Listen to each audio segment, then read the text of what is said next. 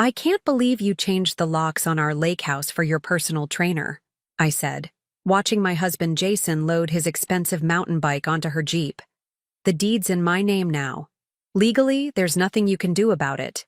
He smirked. I turned away to hide my smile. He had no idea I'd discovered his offshore accounts last month, or that his mistress was actually working for my brother's private investigation firm.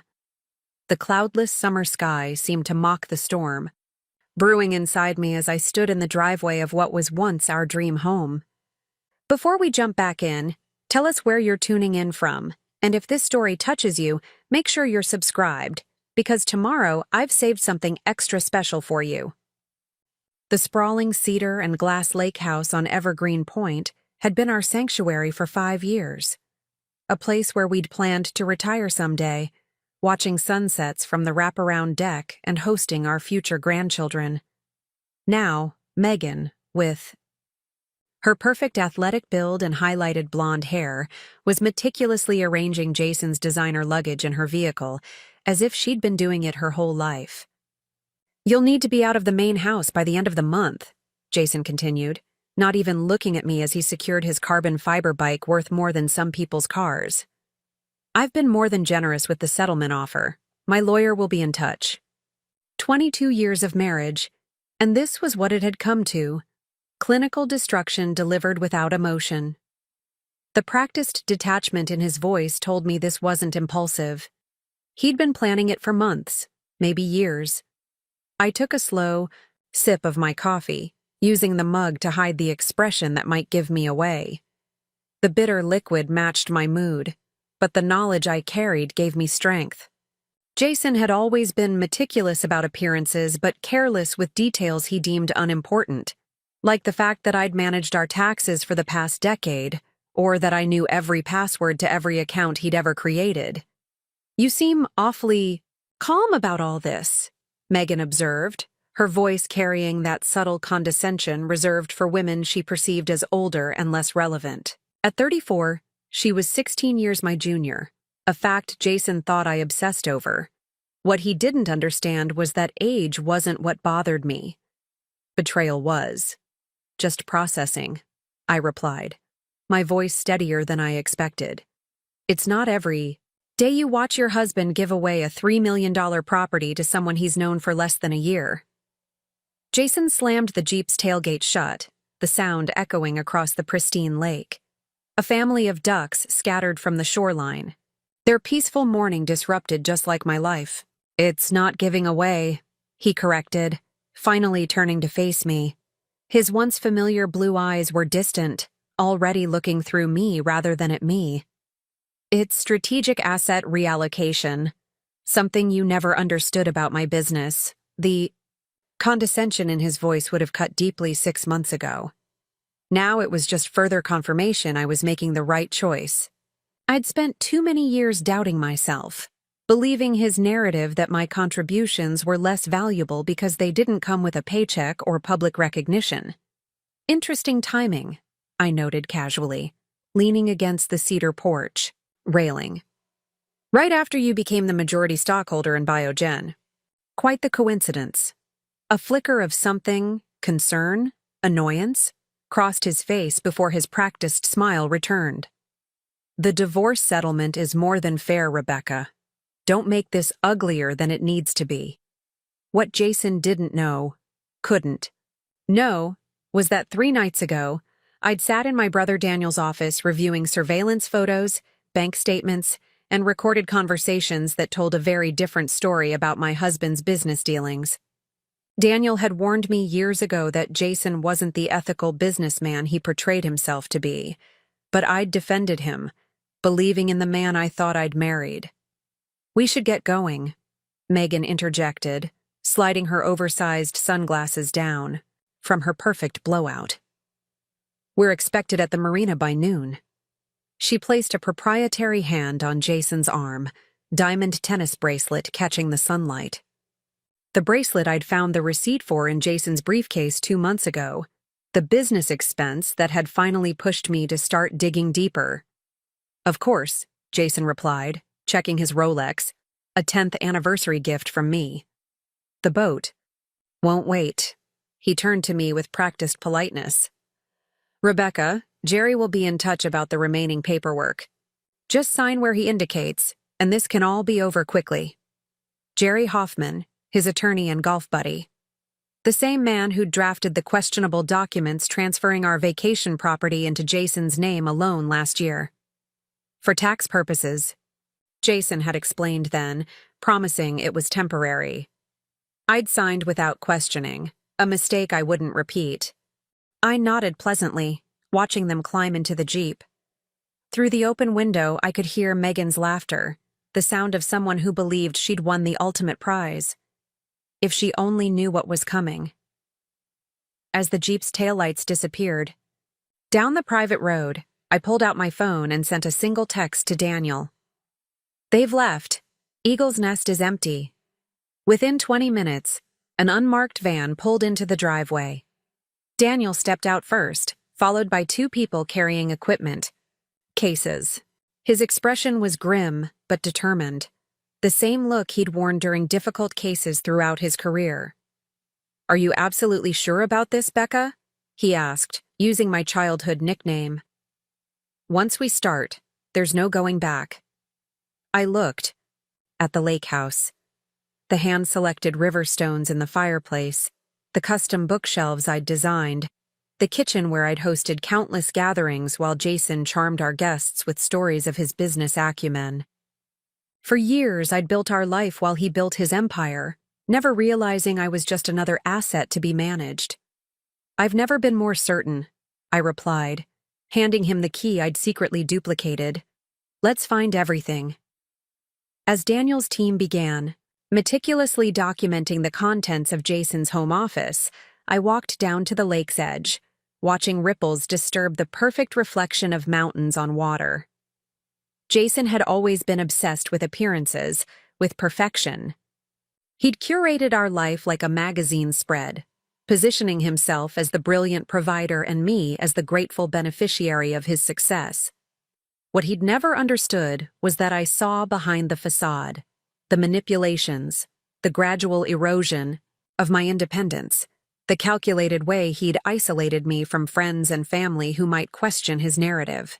I'd accepted it all, making excuses, believing somehow I wasn't seeing things clearly, until 3 months ago, when I discovered his plan to divorce me after the Biogen merger was complete.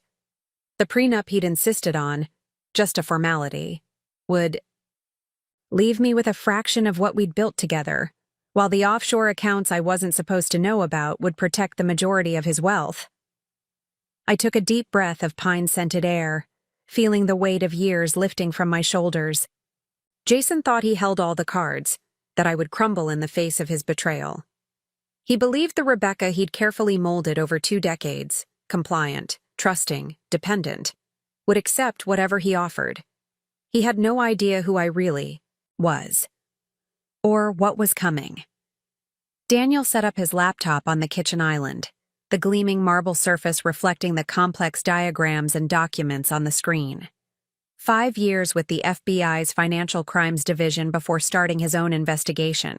Firm had given my brother skills that Jason had severely underestimated when he dismissed him as just another cop. We've traced the money through 7 different shell companies, Daniel explained, pointing to a flowchart that looked like a complex spider web. Your husband has been siphoning funds from Biogen's research subsidiary since he joined the board 3 years ago.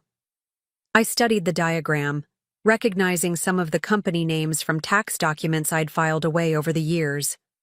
Jason had always insisted on explaining them as necessary corporate structures, while discouraging my questions. What about the Cayman accounts? I asked, sliding a folder across the counter. I found these statements hidden in his golf bag last month. Daniel raised an eyebrow, impressed. You've been busy. He flipped through the documents, nodding slowly. This matches what we found, but having the actual statements with his signature, that's better than we hoped for. His investigator, Layla, looked up from photographing Jason's home office. We've found a hidden safe behind the bookshelf. Standard procedure is to document but not open without court orders. How do you want to handle this?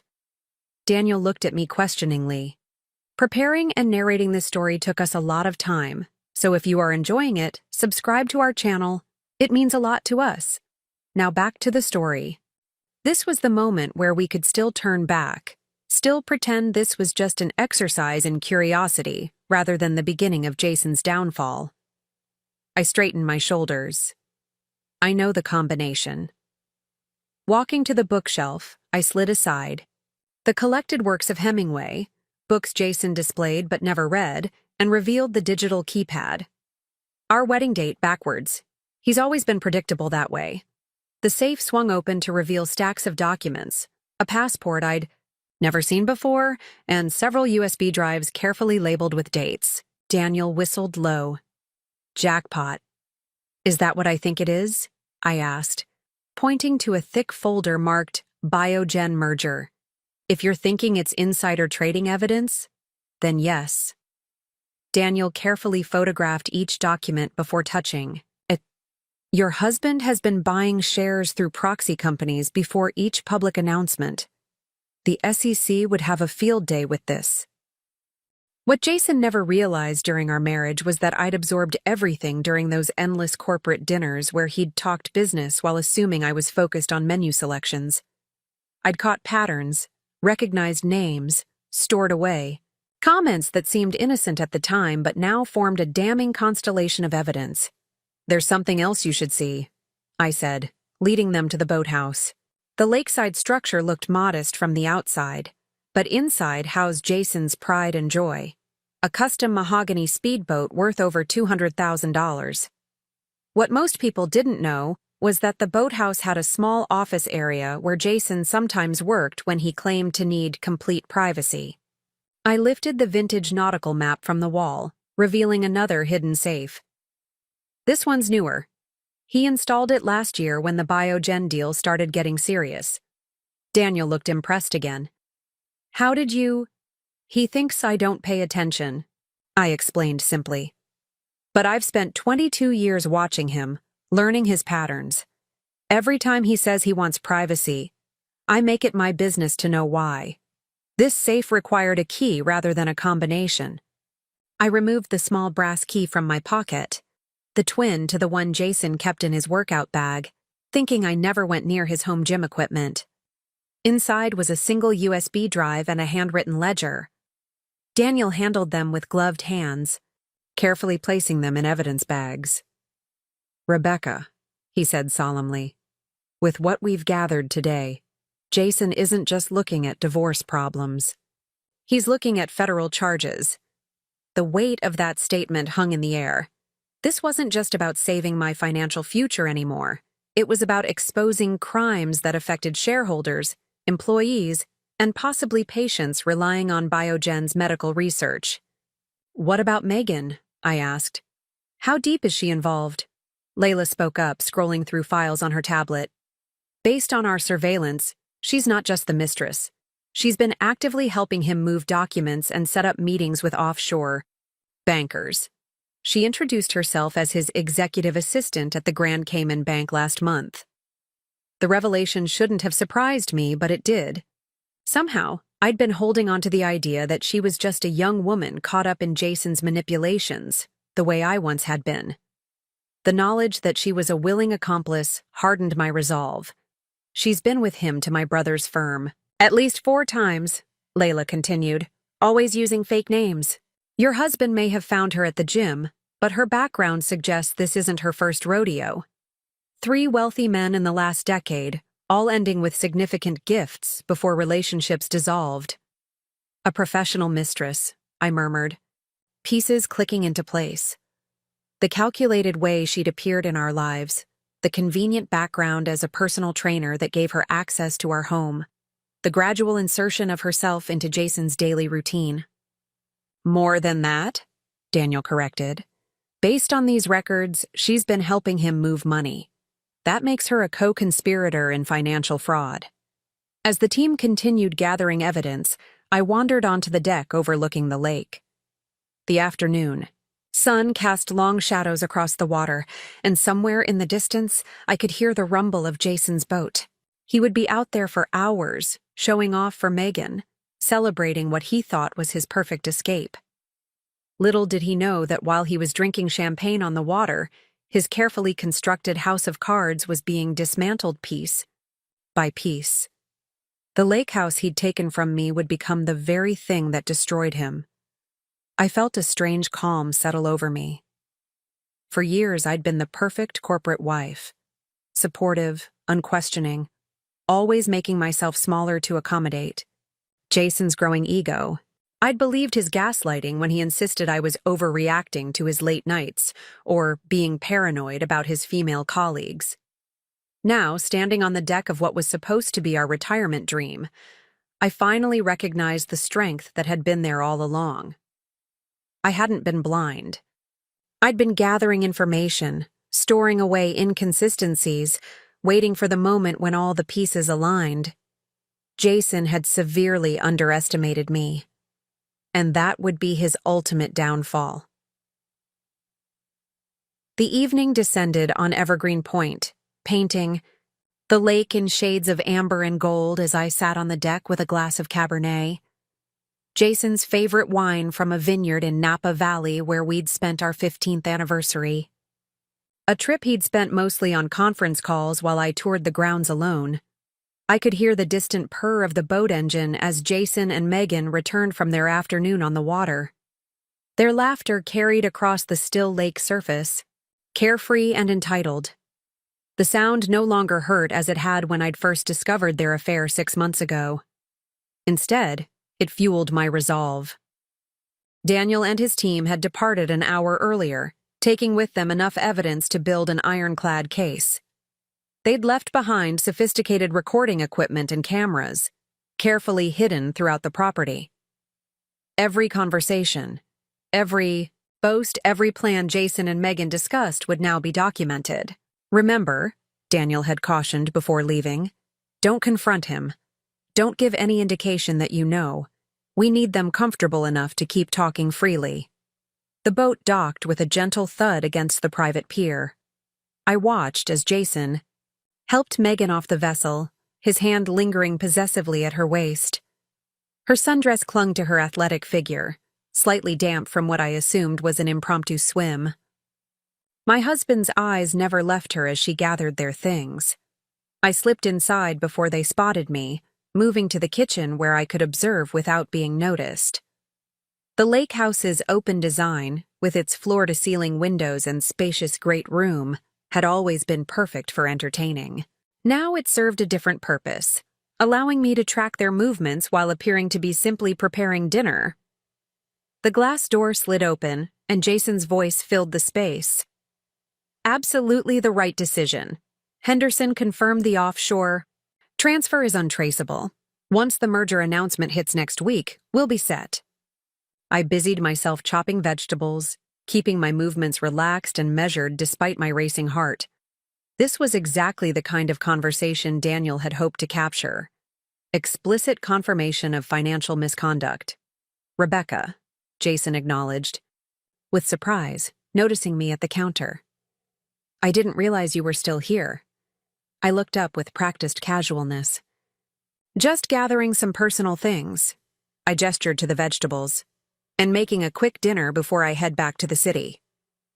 Megan had the grace to look momentarily uncomfortable, hovering in the doorway as if uncertain whether to enter what had been my kitchen for years. Her discomfort was fleeting, replaced quickly by a territorial confidence as she moved to the refrigerator and helped herself to a bottle of sparkling water. We actually have dinner reservations at the lodge, Jason said dismissively. You should have called ahead. The implication was clear. I was now an unwelcome intruder in my own vacation home. I continued chopping, maintaining the facade of the agreeable wife he expected me to be. Just a quick meal. I'll be gone before you need to leave. Jason checked his watch, my anniversary gift, with impatience. We'll be upstairs changing. The casual cruelty of announcing their shared destination sent a clear message about my replacement. As their footsteps receded up the spiral staircase to the master suite, I allowed myself a small smile. Every word was being recorded, every dismissive interaction documented. The arrogance that led Jason to speak so freely about financial transfers in the open would be his undoing. I finished preparing my simple dinner, a meal for one that I took, out to the deck. The evening had deepened, the lake now a mirror reflecting the first emerging stars. From here, I could see our neighbor Dale Jenkins' dock across the small cove. Dale, a retired judge who had served on the federal bench for 3 decades before stepping down to enjoy his golden years on this peaceful lake. Dale had been a confidant during the past difficult months, offering legal insights without explicitly knowing all the details. His friendship had been one of the few Jason hadn't managed to sabotage over the years. Now I could see him on his deck, raising a glass in my direction, our prearranged signal that everything was in place on his end. Jason and Megan emerged. 45 minutes later, both dressed with the calculated casualness of the wealthy. My husband's loafers alone cost more than most people's entire outfits. Megan wore a simple white dress that I recognized from a boutique in Milan. I'd considered purchasing it myself during our last trip before deciding it was overpriced. Jason had apparently thought it perfect for his mistress. "Don't wait up," Jason said, pausing at the deck door. His tone suggested humor, but his eyes were cold. "Though I suppose you don't anymore, do you?" "Enjoy your evening," I replied, raising my glass slightly. "The lodge has a wonderful new chef, I hear." A flicker of surprise crossed his face. He hadn't expected me to know about the restaurant changes. In his mind, I was already disconnected from our shared social world, relegated to the periphery of his existence. As their BMW pulled away down the gravel drive, I sent another text to Daniel. "Eagles flying. Nest is clear." Within 20 minutes, the team returned, this time with additional equipment and a forensic accountant named Marcus, who specialized in tracking hidden assets. The intensity in the lake house shifted as they worked with practiced efficiency, downloading data from Jason's home computer, placing additional devices in strategic locations, and creating backup copies of everything they found. "His password was still your anniversary," Marcus noted with a shake of his head as he accessed Jason's desktop. With an exclamation point added. "Not exactly Fort Knox." "He never thought I'd look," I explained, watching as financial records filled the screen. "He constructed our entire relationship around the idea that I trusted him implicitly and didn't understand his world." "Well, his world is about to get much smaller," Marcus murmured, plugging in an external drive. "These transaction records match exactly what we suspected. Classic pump-and-dump scheme with the Biogen subsidiaries, but with a sophisticated twist using the offshore accounts." I moved to the great room windows, looking out at the dark water. Jason and I had purchased this property when the biotech company he worked for was acquired, netting him his first major windfall. We'd spent weekends dreaming about retirement here, designing each room to capture the perfect view. I'd believed then that we were building a future together. "Rebecca," Daniel called softly, interrupting my thoughts. "You need to see this." On his tablet was an email chain between Jason and Megan, dating back 18 months, long before she'd coincidentally become his personal trainer. The messages outlined a careful strategy, how she would arrange to meet him, how they would stage their introduction, how she would gradually become indispensable. "This wasn't chance," Daniel said gently. "She targeted him specifically because of the Biogen connection. Her previous companion worked at a competing pharmaceutical company. The revelation should have hurt, but instead, it provided a strange clarity.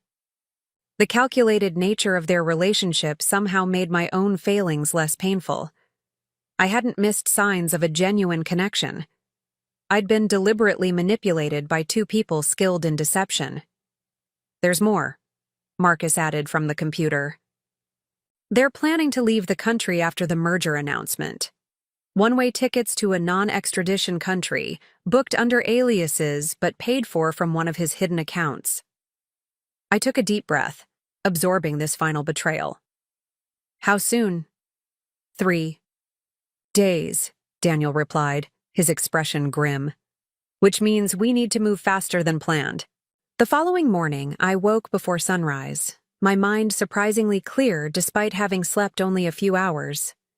I brewed coffee in the gourmet kitchen that had once been my pride and joy, watching dawn gradually illuminate the mist rising from the lake's surface. Today would set everything in motion. There would be no turning back. Daniel arrived as planned at 7, his expression serious as he spread documents across the dining table. The rich mahogany surface, hand-selected from sustainable forests in the Pacific Northwest, had hosted countless dinner parties where Jason charmed colleagues and investors. Now it served as our war room. The SEC has officially opened an investigation based on the evidence we submitted, Daniel explained, pointing to a confidential case number on one of the documents. They're moving quickly because of the pending merger announcement. Judge Davidson signed off on the warrants last night. Judge Thomas Davidson, a longtime colleague of Dale's, had been carefully selected for his reputation for discretion and his history of ruling against white-collar criminals who use legal loopholes to escape justice. What about our timing issue? I asked, referring to Jason and Megan's planned escape.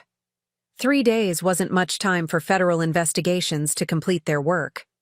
That's where you come in, Daniel said, sliding a folder toward me.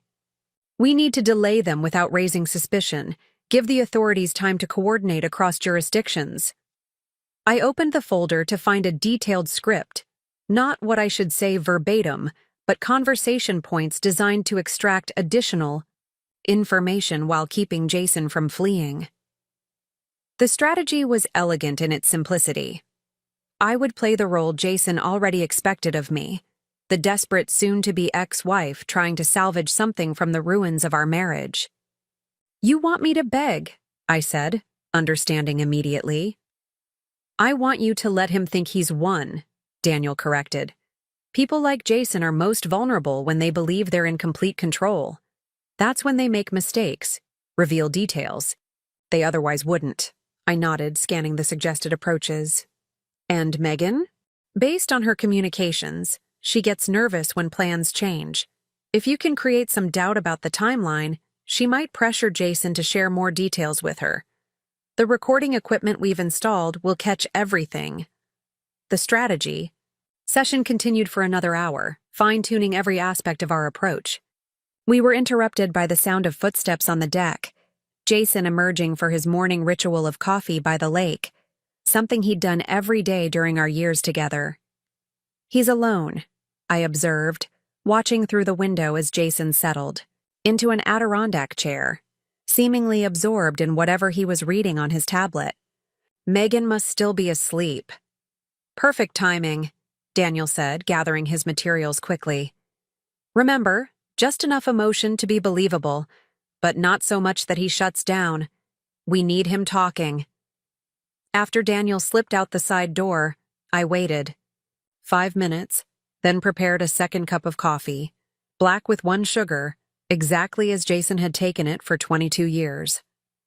Taking a deep breath, I stepped onto the deck. Thought you might want a refill, I said, setting the mug on the small table beside him. You always said the coffee tastes better out here. Jason looked up, momentarily startled by my approach. His expression shifted quickly from surprise to wariness. Thanks, he said cautiously, taking the mug but not drinking from it immediately. A small gesture that spoke volumes about his distrust. I sat in the adjacent chair, keeping a deliberate distance. The morning air was crisp, carrying the scent of pine and fresh water. In another lifetime, this would have been a peaceful moment between us. Beautiful morning, I observed, keeping my tone neutral. I've always loved how the light hits the water at this hour. Jason's posture remained tense, but he nodded slightly. What do you want, Rebecca? I thought you were heading back to the city. I need to understand something, I said, allowing a carefully calibrated tremor into my voice. After all these years, I think I deserve at least that. He sighed, the sound heavy with impatience rather than regret. There's nothing to understand. People change. Feelings change. It's not about the relationship, I clarified, though the dismissive way he reduced our 2 decades together to feelings stung despite everything. It's about the timing. Why now? Why the rush to transfer properties and finalize everything so quickly? A flicker of something, concern, annoyance, crossed his face before he controlled his expression. The market's unpredictable. It makes sense to settle matters cleanly and efficiently. I looked out at the lake, choosing my next words carefully. I spoke with Jerry yesterday. This was a calculated risk. Jason's attorney was firmly in his corner, but invoking his name might yield valuable information about their legal strategy. Jason's hand tightened almost imperceptibly around the coffee mug. Did you? He mentioned some concerns about the asset transfers, I continued, building on the fabrication. Something about timing issues with the Biogen situation. Jerry wouldn't discuss that with you, Jason replied sharply, then caught himself. There are no issues. Everything's proceeding according to plan. I allowed my gaze to drop, assuming the posture of someone defeated. I'm not fighting you on the divorce, Jason. I just need time to make arrangements. The house in the city, our investments. Suddenly everything's happening so fast. His expression softened slightly. Not from compassion, but from the satisfaction of perceiving my vulnerability. This was the Jason I knew best. Magnanimous in victory, willing to be generous, once he believed resistance was futile. The settlement offer is more than fair, he said, his tone taking on that instructive quality he used when explaining things he believed were beyond my comprehension. You're getting the city house and a comfortable allowance. Most women in your position would be grateful.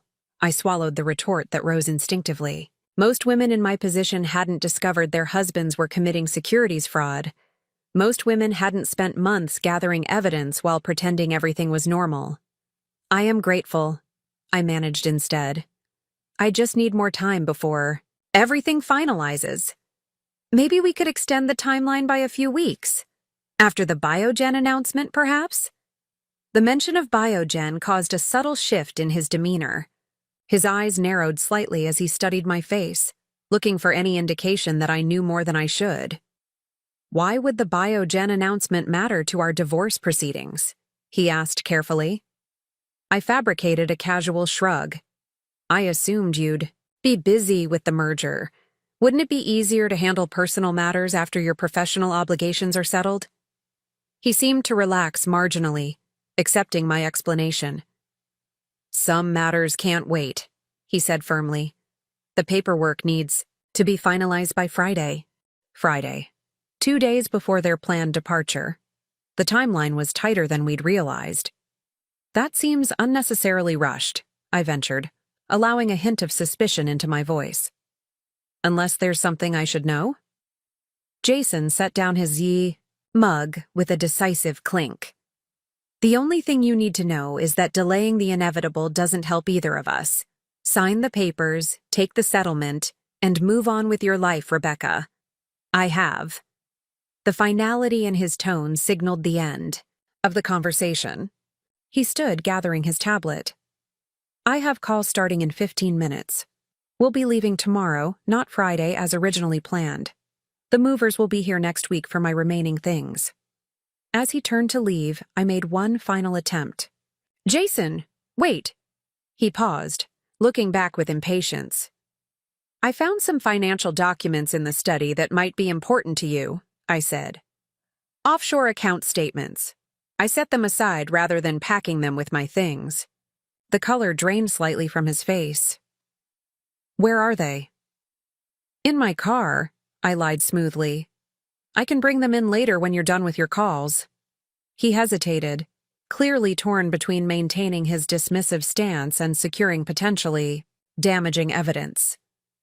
Leave them on my desk, he finally instructed. And Rebecca? This changes nothing about our arrangements. As he disappeared into the house, I released a breath I hadn't realized I was holding. The bait was set. Now we needed to see if he would take it directly to Megan, potentially revealing more of their plans in the process. I texted Daniel. Timeline accelerated.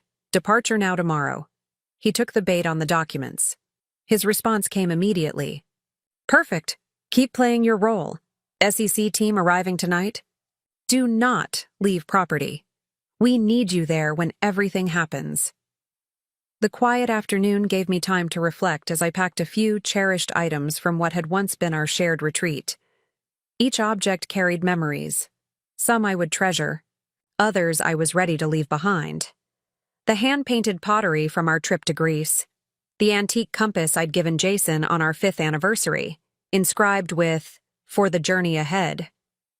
How naive I'd been then, believing we were navigating life together, rather than moving in increasingly divergent directions.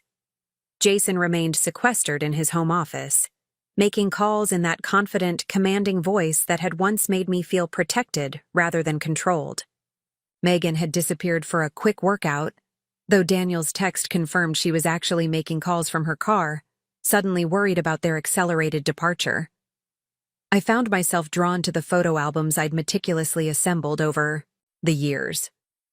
Jason had always mocked my outdated preference for physical photographs, but I'd persisted, believing some memories deserved more permanence than a digital file. Sitting cross-legged on the guest room floor, I opened the earliest album, our first year together. I met Jason Turner at 32, when I was already established in my career as an architectural designer specializing in sustainable luxury homes. My firm had been commissioned to redesign the headquarters of Helix Pharmaceuticals, where Jason had recently been appointed as Director of Strategic Development. Our first meeting had been contentious. He'd dismissed my initial concepts as too avant-garde for serious business. "I need clients to see stability and tradition when they walk in," he'd insisted, leaning against my drafting table with casual confidence. "Not some experimental eco-statement. And I need to design a building that won't be environmentally obsolete in 10 years, I'd countered, refusing to be intimidated by his Brooks Brothers suit and Ivy League pedigree. The photo captured us at the groundbreaking ceremony 6 months later, the design a perfect synthesis of traditional elegance and forward-thinking sustainability. Jason stood slightly apart from the group, watching me explain the building's features to the company's CEO, his expression thoughtful, reassessing. He'd asked me to dinner that night, ostensibly to discuss the interior specifications. Instead, we'd talked for hours about architecture, his childhood in Boston, my years studying in Barcelona, our shared love of sailing. He listened attentively, asked insightful questions, seemed genuinely interested in my perspectives, a stark contrast to the dismissive executive I'd first encountered. "You surprised me," he admitted over dessert. "I've never been so pleased to be proven wrong about someone." Our courtship was a whirlwind. Weekend sailing trips on his family's boat, impromptu flights to Chicago to see a renowned architectural exhibition, late nights discussing my vision for sustainable luxury design, while he strategized how to position my ideas in the high-end market. He spoke of partnerships, collaboration, mutual growth. "We could be extraordinary together," he said the night he proposed, just 7 months after we met.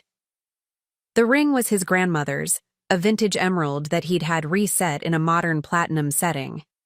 "Traditional values, contemporary execution," he'd explained, sliding it onto my finger. "Just like us." I turned the album page to our wedding photos. The ceremony at his family's estate in Connecticut, old money mixing uncomfortably with my more bohemian circle of friends. My father, a retired literature professor, looking slightly overwhelmed by the opulence. Jason's mother, Catherine, embracing me with practiced warmth that never quite reached her eyes.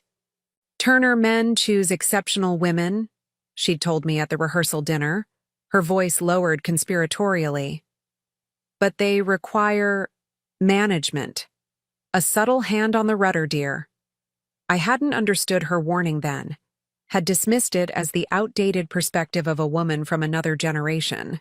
Only years later did I recognize the truth embedded in her words. Not that Turner men needed direction, but that they presented one course while secretly charting another. The early years of our marriage unfolded across the album pages. The ambitious renovation of our brownstone in the city, the acquisition of the lake house as a weekend retreat, professional milestones, my first major solo commission for an eco-resort in Costa Rica, Jason's promotion to Chief Strategy Officer at Helix. We were partners then, or so I believed. When I traveled for site visits, Jason would sometimes rearrange his schedule to join me.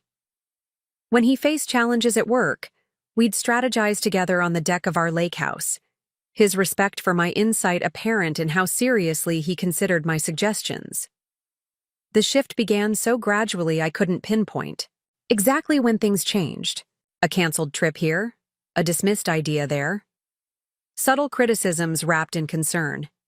Are you sure you want to take on another project when you're already so stressed? Questions that undermined rather than supported. Wouldn't that design be too ambitious for your current team's capabilities? I set aside the first album and opened another, documenting the middle years of our marriage. The photographs showed the external trappings of success: more elaborate vacations, prestigious social events, expanding properties. But looking closely, I could see the transformation in my own expression, the confident spark in my eyes dimming, my posture becoming more deferential to Jason's commanding presence. During our 10th year together, I was offered a prestigious opportunity to lead the design of a groundbreaking sustainable community in Seattle. It would have required significant time on the West Coast during the initial phases, 6 months of frequent travel. It's not practical with our lifestyle, Jason had argued. My position at Helix is at a critical juncture. We need to present a united front. When I'd pressed, pointing out that we could manage the temporary separation and that the project aligned perfectly with my professional goals, his tactics shifted. I've been thinking it might be time to start our family, he said, catching me completely off guard. We'd always discussed children as a theoretical future possibility, never with any concrete timeline. This project would delay that by years. The photos from that period showed a particular strain around my eyes. I'd ultimately declined the Seattle project, telling myself it was a mutual decision about our shared future. 6 months later, when I brought up the family planning discussion again, Jason had sighed, explaining that Helix was in acquisition talks, and the timing wasn't right after all. By our 15th anniversary, the dynamic had shifted completely. Jason had moved from Helix to Biogen, bringing with him industry connections and insider knowledge that propelled him quickly to the executive team. My design work had become increasingly local and less innovative. Practical projects, as Jason called them, that wouldn't interfere with our social obligations or his increasingly demanding schedule. The final album contained sparser documentation of recent years. Fewer genuine moments, more staged photos at corporate functions and charity galas. The last image, taken just 8 months ago, showed us at the Biogen holiday party. Jason commanding the room as always, my smile practiced and hollow as I stood, slightly behind him in an expensive dress I'd chosen primarily for his approval. 2 weeks after that photo was taken, I found the first evidence of his affair with Megan, a text message that appeared on his connected iPad while he was showering. A simple "missing you already" that detonated my world. I closed the album, suddenly clear-eyed about the progression of our relationship. Jason hadn't changed. He had simply stopped pretending. The considerate, collaborative man I married had been a carefully crafted persona, designed to acquire what he wanted: my design sensibilities, my social connections in the sustainable architecture world, my unwavering support as he climbed the corporate ladder. Once I was securely installed as the perfect corporate wife, the pretense became unnecessary. The real Jason, calculating, self-serving, controlling, emerged gradually, conditioning me to accept each small erosion of our partnership until I could hardly recognize what we'd become. I'd been mourning a relationship that never truly existed. The realization wasn't painful anymore. It was freeing. The sound of Jason's office door opening pulled me from my reflection. His footsteps approached the guest room, and I quickly returned the albums to the shelf, not wanting him to witness this moment of clarity. "Rebecca," he called, his voice carrying the authoritative tone he'd perfected over years in boardrooms. "Those documents you mentioned, I need them now." "I'll get them for you," I called back, deliberately keeping my voice neutral as I heard Jason's impatient footsteps in the hallway. He appeared in the doorway, his expression a carefully composed mask of professional disinterest that didn't quite hide the tension around his eyes. "Where are they?" he asked, scanning the room as if the documents might be visible among my partially packed belongings. "In my car, as I mentioned," I replied, maintaining the fiction. "Give me a moment to fetch them." Outside, the afternoon had turned cloudy, the lake's surface now a steely gray that matched Jason's mood. I took my time walking to the car, using these precious minutes to compose myself. Daniel had prepared the counterfeit documents, accurate copies of what we'd already submitted to the SEC, but with several key details altered to make Jason believe the evidence was incomplete. A strategic misdirection. I retrieved the manila envelope from the trunk, where it had been waiting for precisely this moment. As I turned to walk back to the house, I glimpsed Megan's Jeep returning down the long driveway, her blonde hair visible through the windshield. Perfect timing. Jason was waiting in the great room, trying to appear casual as he stood by the windows overlooking the lake. I handed him the envelope without comment, watching as he immediately opened it and began scanning the contents. His shoulders relaxed fractionally as he flipped through the pages. Exactly the reaction Daniel had predicted. He believed he was recovering damaging evidence rather than receiving carefully crafted bait. "Where did you find these?" he asked, his tone deceptively conversational. "In the filing cabinet in your study," I said. "When I was looking for our tax returns from last year. I wasn't snooping," I added, playing my role perfectly. "I just thought they looked important." "Did you show these to anyone?" His voice remained level, but I caught the subtle tightening of his jaw, a tell he'd had for years when anxious. "Of course not," I replied, allowing a hint of hurt to color my tone. "Despite everything, I wouldn't deliberately damage your career, Jason." The glass door slid open as Megan entered, her workout clothes immaculate despite her supposed exercise session. She paused, reading the tension in the room. "Am I interrupting?" she asked, her eyes darting to the papers in Jason's hands. "Not at all," he responded smoothly, sliding the documents back into the envelope. "Rebecca was just returning some work files she found." Megan's perfectly shaped eyebrow rose slightly. "Work files? Here at the lake house?" The subtle challenge in her voice was interesting, a small crack in their united front. Jason shot her a warning glance, which she acknowledged with a nearly imperceptible nod before heading toward the kitchen. "Is there anything else?" Jason asked me, clearly eager to end our interaction. "Actually," I said, "I was hoping we could discuss the artwork. Some of the pieces were gifts from my parents, and I—" "Take whatever has sentimental value," he interrupted dismissively. "The valuable pieces stay. We can have them appraised and factor their worth into the settlement." His definition of valuable was purely monetary, I knew. The original Klee print that his mother had gifted us would stay regardless of my attachment to it, while the student works I'd collected from promising young artists would be dismissed as worthless despite their personal significance. This had been our pattern for years. My values systematically devalued, my perspectives dismissed as sentimental or impractical. The control had been incremental, each small concession setting the stage for the next larger one. I thought back to our third year of marriage, when I'd been offered a teaching position at the architectural school where I'd studied. One evening a week, sharing my knowledge with the next generation of sustainable designers, it had seemed perfect. "It doesn't make financial sense," Jason had argued over dinner at an expensive restaurant where I couldn't properly express my disappointment without causing a scene. The time commitment versus compensation is clearly impractical. It's not about the money, I'd tried to explain. It's about giving back, staying connected to emerging ideas in the field. He'd reached across the table, covering my hand with his in a gesture that appeared loving but effectively silenced further discussion. Your dedication is admirable, Becca, but your primary value is in high-end residential design, not academia. Trust me on this, I understand market positioning better than most.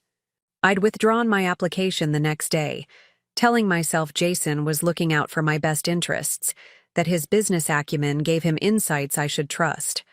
Only later did I realize the teaching position would have connected me with independent thinkers outside his social circle, people who might have helped me recognize the subtle isolation he was creating. Fine, I agreed now, returning to the present. I'll mark the pieces I'd like to keep. Jason nodded, already turning his attention to his phone as if I'd been dismissed. I noticed Megan watching our interaction from the kitchen, her expression calculating. She whispered something to Jason as I moved toward the stairs, and I caught his sharp response. Not now. Interesting. The pressure of their accelerated timeline was creating tension between them, exactly what we needed. In the upstairs hallway, I paused by what had once been my home office. Early in our marriage, it had been a true creative space, drafting table positioned to capture the northern light, walls covered with inspiration boards and project timelines. Jason had encouraged my work then, proud to tell people at parties that his wife was the innovative force behind several award-winning sustainable home designs.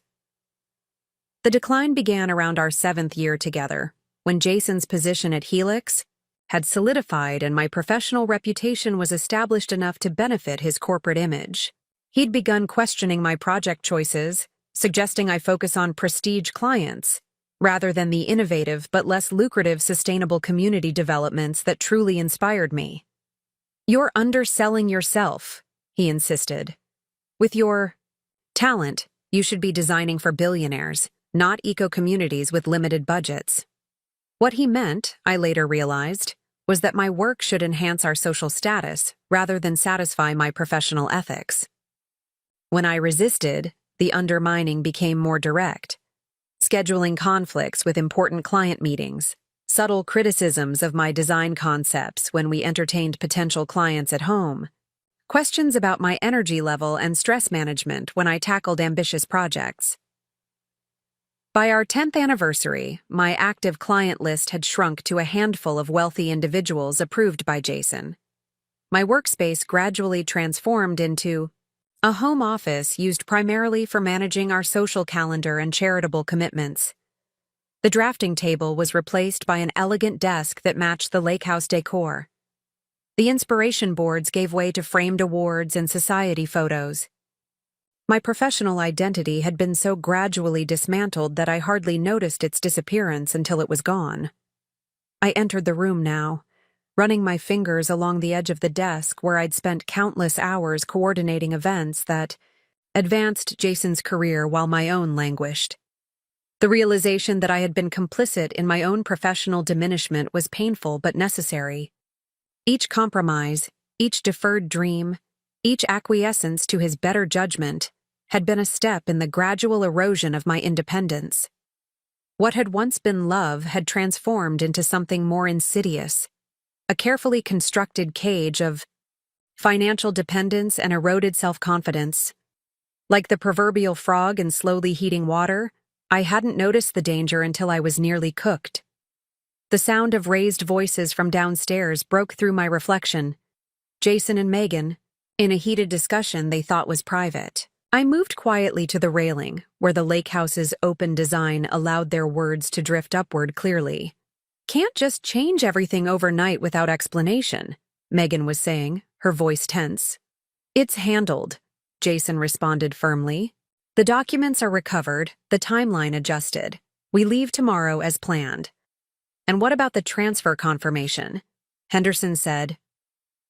Henderson talks too much, Jason cut her off. The offshore account is secure and the transfers are untraceable. Everything is proceeding according to plan. Their voices lowered again, but I'd heard enough. They were moving forward with their escape plan, confident that all evidence had been contained. Little did they know that everything, including this very conversation, was being recorded and transmitted to Daniel's team and the SEC investigators. The trap was set. Now, we just needed them to step into it completely.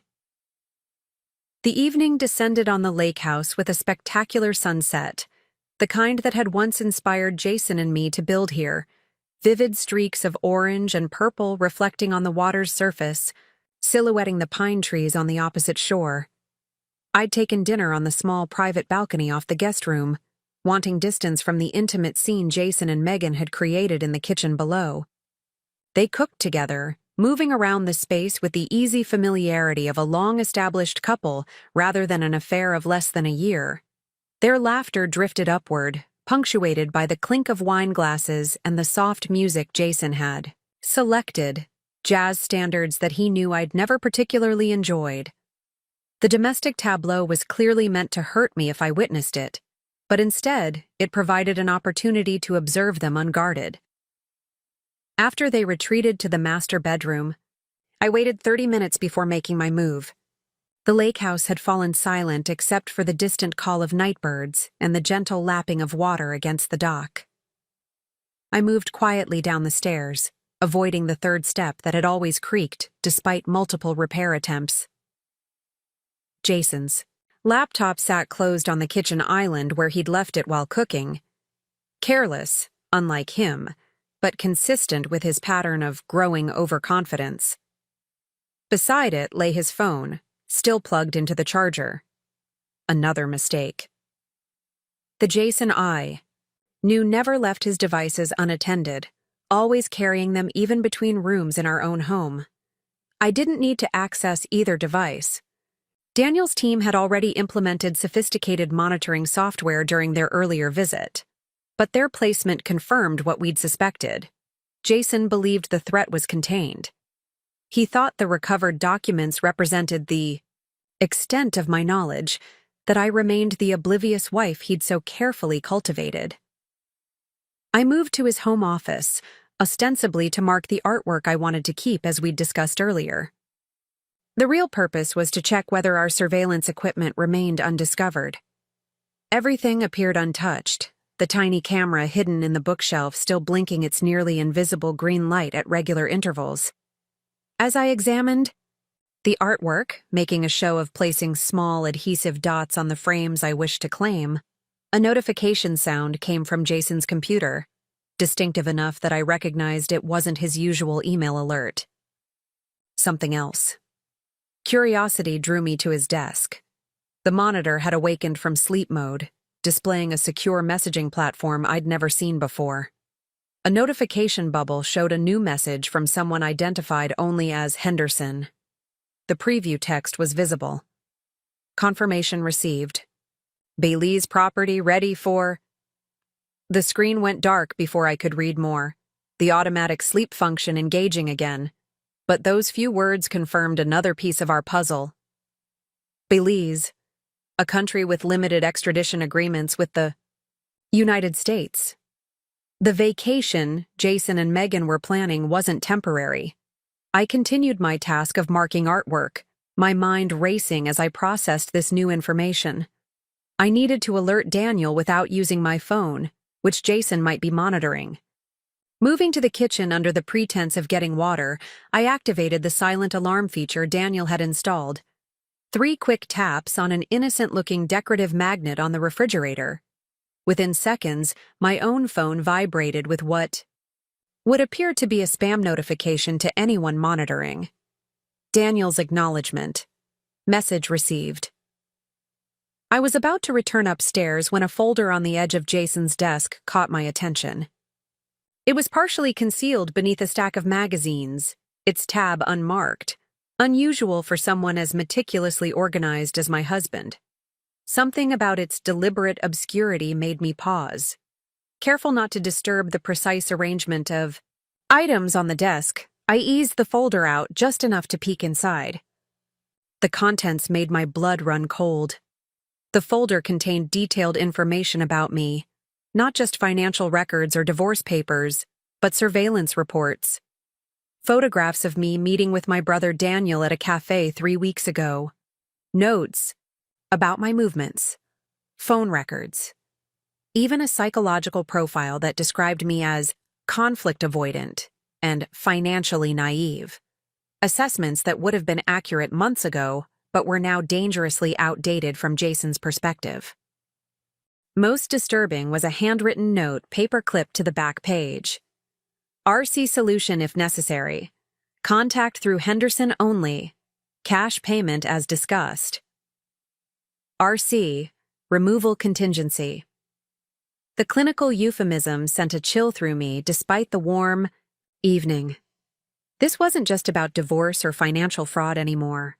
Jason had considered, perhaps even arranged, a contingency plan that involved my removal.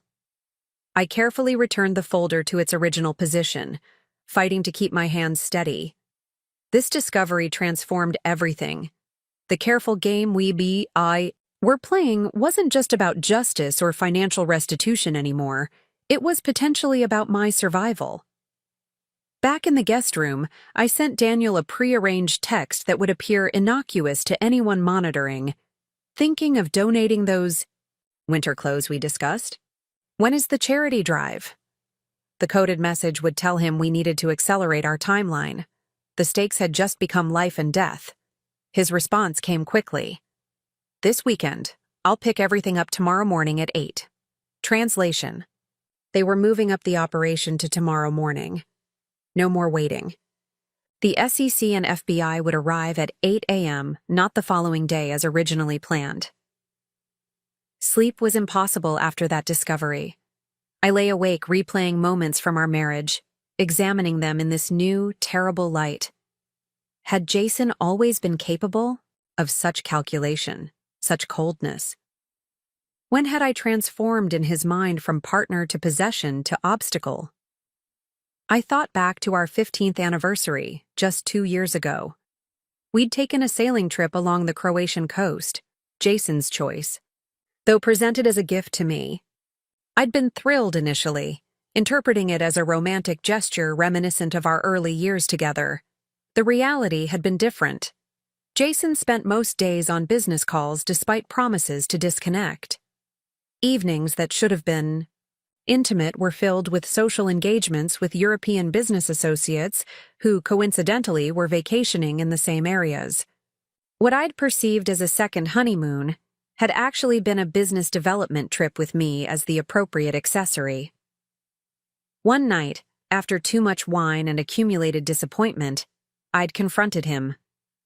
"This isn't what you promised," I'd said, gesturing to the business documents spread across our cabin's small dining table.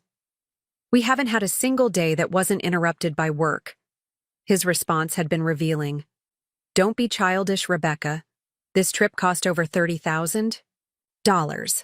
Did you really think it was just for playing tourist and holding hands on the beach?" The mask had slipped in that moment, showing the transactional way he viewed our relationship. Everything, even what should have been a celebration of our marriage, was ultimately about business advancement, financial gain, strategic positioning. It was during that trip that Jason had first mentioned meeting with pharmaceutical representatives from Biogen about potential opportunities. 6 months later, he'd made the move from Helix, bringing with him proprietary information that I now understood was at the center of the SEC investigation. Looking back, I could see how dramatically our power dynamic had shifted after that vacation. Jason stopped pretending to consider my input on major decisions. My financial independence, already compromised, was further restricted through a series of simplifications to our accounts that ultimately left me with limited access to our assets. When I'd expressed interest in restarting my design practice, he'd been dismissive in a way that masqueraded as concern. "The industry has changed dramatically while you've been focusing on our home life," he'd explained with practiced patience. "The learning curve would be extremely steep at this point. Why not enjoy the lifestyle we've built instead of starting over?" The calculated erosion of my confidence, my independence, and ultimately my safety had been so gradual I hadn't recognized it for what it was. Like the legendary frog in slowly heating water, I hadn't jumped out because the danger increased, too incrementally to trigger alarm, until now. The folder on Jason's desk was the unmistakable confirmation that he wasn't just leaving me. He was prepared to ensure I couldn't interfere with his plans, by any means necessary. Dawn was breaking over the lake when I finally rose from bed, exhausted but resolute. In less than 3 hours, everything would change. Jason and Megan believed they were hours away from escaping with millions in stolen funds to a new life beyond the reach of U.S. authorities. Instead, they were about to lose everything, including their freedom. I dressed carefully in clothes that projected calm confidence rather than the anxiety churning beneath my surface. Today would require the performance of a lifetime. For just a few more hours, I needed to be the Rebecca that Jason expected, resigned, compliant, oblivious. The sound of movement from the master bedroom indicated that Jason and Megan were awake. Soon they would begin their final preparations, believing this was their last morning in the country. Little did they know it was actually their last morning of freedom. I took a deep breath and prepared to face them one last time as the woman Jason thought I was, rather than the woman I had become. The kitchen was already occupied when I descended the stairs. Megan stood at the gleaming espresso machine, my anniversary gift to Jason 3 years ago, preparing coffee with the confidence of someone who considered the space her own. She wore one of Jason's dress shirts, the expensive Oxford blue cotton, falling mid-thigh over her tanned legs, a deliberate display of intimacy and ownership. "Good morning," I said neutrally, moving to the refrigerator to retrieve orange juice. She glanced up, a flicker of surprise crossing her face before she recovered her composure. "Morning. I didn't realize you were still here. Jason said you'd be leaving last night." "Change of plans," I replied, pouring myself a glass. "A few more things to sort through before I go." The air between us crackled with unspoken tension. This woman had been in my husband's life for nearly a year, sleeping in my bed, using my things, all while plotting to help him escape justice with millions in stolen funds. Yet in this moment, she seemed almost ordinary, a young woman making coffee, uncertain how to navigate an awkward situation. "Jason's on a call," she offered after a moment, gesturing vaguely toward the office. "Some last-minute work thing." Last minute. Indeed, I thought. Final preparations for their escape, no doubt, unaware that federal agents were already positioning themselves around the property, waiting for Daniel's signal.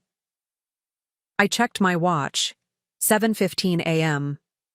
45 minutes until everything would change. "I'll be out of your way soon," I said, deciding to push slightly. "I'm sure you're eager to have the place to yourselves." Something like guilt flashed across her face. "Look, I know this isn't ideal," she began, her voice lower. "But you should know Jason was unhappy for a long time before me." The standard justification of the other woman. I might have believed it months ago, might have internalized it as another failure on my part. Now I recognized it for what it was. A self-serving narrative that conveniently absolved her of responsibility. Was he? I asked mildly. Strange that his unhappiness coincided so perfectly with his financial schemes. Her coffee cup paused halfway to her lips. "What are you talking about?" "Nothing," I replied, letting her see just enough suspicion to plant a seed of doubt. "Just an observation." Before she could respond, Jason emerged from his office, his expression shifting from preoccupation to wariness when he saw us together. "Everything okay out here?" he asked, his tone falsely light. "Perfect," I replied. "Megan was just telling me how unhappy you've been." "In our marriage," I clarified, watching his reaction carefully. His eyes narrowed slightly, darting to Megan before returning to me. "I think we've covered that ground already," he said dismissively. "The separation agreement spells everything out." Of course, I agreed, maintaining my calm demeanor while noting the tactical shift in his language. No longer divorce, but separation. A subtle distinction that might give him more financial flexibility during their planned absence. Jason poured himself coffee, checking his watch with poorly disguised impatience. 7:25 a.m., their planned departure was clearly imminent. "I'll be out of your way shortly," I said, moving toward the stairs. "Just need to collect the last of my things." "Actually," Jason called after me, "I need to speak with you about those documents you returned. In private," he added with a meaningful glance at Megan, who frowned but took her coffee to the deck without protest. In his office, Jason closed the door. The first truly private conversation we'd had in months. His posture was tense, defensive. "Those offshore accounts," he began without preamble. "Did you make copies of those documents before returning them to me?" "No," I lied smoothly. "As I said, I just came across them while looking for tax information." He studied my face, searching for deception. Once, his scrutiny would have made me nervous, caused me to doubt myself. Now I met his gaze steadily, projecting only the mild confusion of someone who doesn't fully understand the significance of what they've found. "Good," he said finally, "because some of those documents could be misinterpreted without proper context." "I'm sure," I replied noncommittally. "Financial matters can be complicated." His tension eased slightly, taking my response as confirmation of my continued ignorance. This was the dynamic he understood. Jason, the sophisticated financial expert. Rebecca, the supportive but ultimately uninformed wife. "We're leaving this morning," he said, changing tactics. "Earlier than expected. Some business opportunity that can't wait." "I see," I said, allowing a trace of hurt to color my tone. "So soon?" "The movers will handle everything else," he continued, ignoring my question. "Jerry will contact you next week about finalizing the separation agreement." I nodded, playing my part. "All right." He seemed almost disappointed by my lack of resistance, perhaps having prepared for a confrontation that would justify his harsh departure. The Jason I'd married had always functioned best with an opponent, someone to outsmart, outmaneuver, defeat. My apparent surrender denied him that satisfaction. "Is there anything else?" I asked after a moment of silence.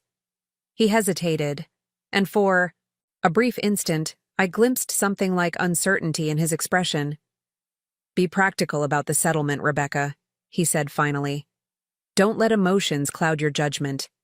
The offer on the table is more than fair given the circumstances. The circumstances." Such a clinical way to describe the decimation of 22 years together. In that moment, standing in the office where he'd plotted financial crimes and potentially arranged my removal, I made a conscious choice. The last vestiges of the woman who had loved this man, who had built a life around his needs and desires, fell away completely. I looked at him, really looked at him, perhaps for the first time in years. The carefully maintained physique, the expensive haircut, the practiced confidence in his stance. The visible trappings of success that had once impressed me now seemed like costume pieces, props in the performance of Jason Turner, business visionary. "I'll consider all my options," I said carefully, watching his expression harden at what he perceived as potential defiance. "Don't make this difficult," he warned, his tone carrying a subtle threat that sent a chill through me despite my preparation. "Some situations can get complicated when emotions take over." The veiled menace in his words confirmed everything the folder had suggested. This man, who had once vowed to love and protect me, had contingency plans that included my permanent silence. I checked my watch, 7:40 a.m. 20 minutes until the authorities arrived. "I should finish packing," I said, moving toward the door. "You probably have preparations of your own to complete." He nodded, already turning his attention back to his laptop, dismissing me from his thoughts as he had countless times over the years.